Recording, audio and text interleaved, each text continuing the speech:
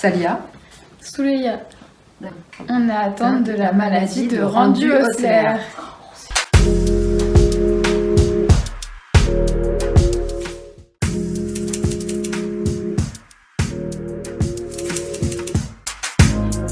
Non, on sort, on fait tout, hein, la preuve. On fait le tour du monde, ça va, tranquille. On prend l'avion. Des vols de 10 heures, au calme. Non, au contraire, il faut pas se restreindre. Mais voilà, non, moi, en plus, j'ai une maladie je saigne de plus en plus. De toute façon, avec l'âge, c'est une maladie pour laquelle on saigne de plus en plus. Non, je me dis de toute façon que je meurs chez moi, que je meurs dehors, que je meurs dans les airs.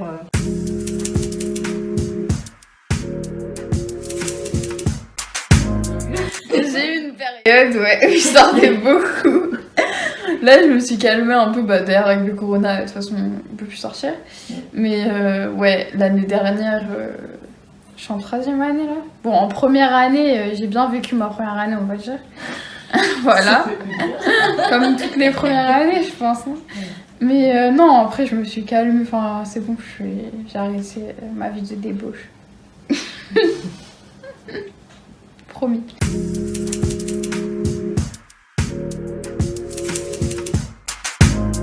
En gros, j'ai une maladie, ça fait saigner du nez.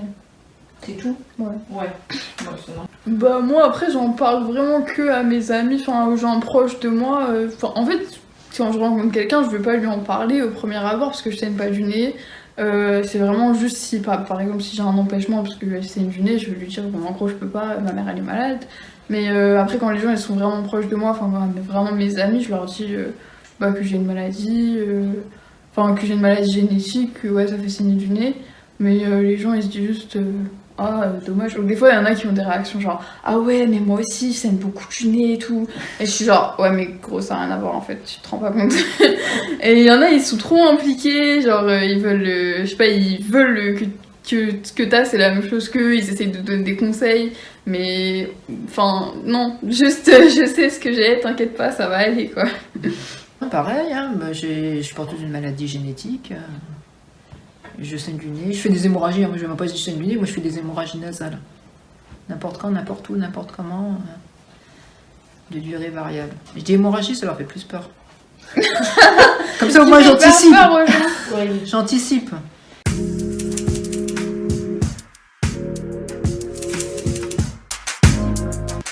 Je vais raconter un épisode traumatique que je ne t'avais pas raconté, maman, pour ne pas t'inquiéter.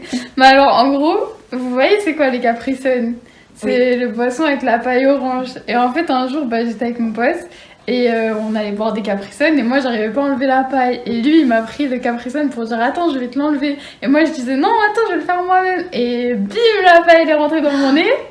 J'ai commencé à pisser le sang et depuis je suis traumatisée par les Capri Sun. Voilà. En fait non mais rien que là vu qu'on parle de saignement de nez, moi dans ma tête je ne vois que des Capri Sun en fait. C'est horrible.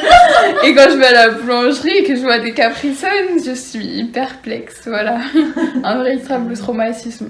Mais du coup j'ai juste saigné du nez après. Quand je saigne du nez ça dure environ 1 minute. Ah ouais c'est pas long en fait parce que tu as dit que et je fais ça. Et c'est fini, voilà.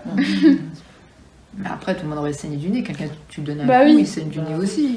Mais là, la paille, elle est rentrée dans mon nez, en fait. Je l'ai senti dans mon nez, c'était horrible.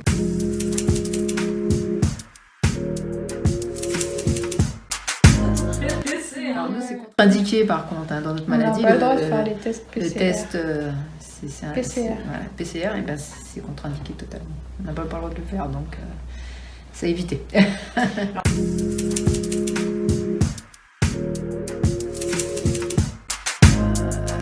Par exemple, moi j'ai la carte prioritaire, donc les files d'attente, non, je passe devant tout le monde. Je peux passer devant tout le monde, avec respect pour les autres, mais on a tendance à me regarder en me disant mais pourquoi celle-là elle passe devant tout le monde quoi. Parce que parce que comme ça, et comme j'ai dit, parce qu'il existe des handicaps invisibles aussi.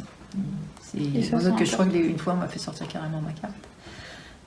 J'ai dit si mais je suis vraiment, j'ai un handicap quoi. Je peux vous sortir ma carte si vous vraiment vous voulez, mais une fois on me l'a fait sortir quoi. Donc voilà, il y en a, c'est vrai que quand vous êtes jeune, dynamique, voilà, si c'est pas écrit sur votre visage que vous avez un problème, Vous n'allez pas passer devant tout le monde. Hein.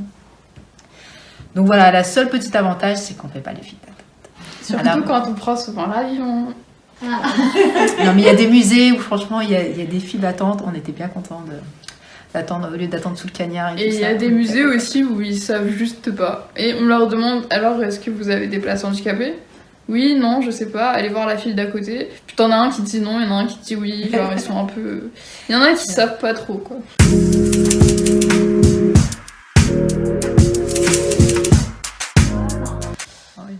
Ça ne nous empêche pas de vivre. Ouais, ça, Et c'est important.